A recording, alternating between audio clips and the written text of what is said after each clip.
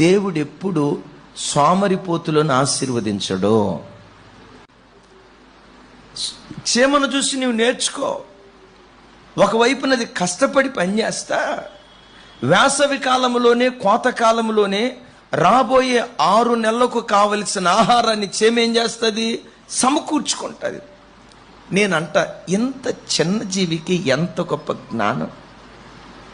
వేసవి కాలములో, కోత కోసే కాలములో ఉన్నట ఈ చీమలు ఆహారాన్ని సమకూర్చుకుంటాయట. ఎందుకో చెప్పంటారా? రాబోయేది వర్షాకాలం.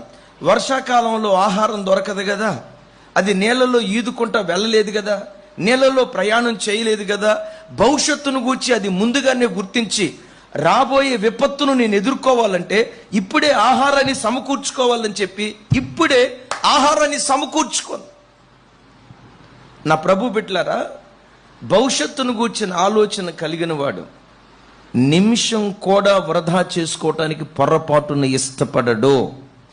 సమయాన్ని పెట్టుబడిగా పెట్టుకొని విజయాలు సాధించేవాడిగా మారిపోతాడు.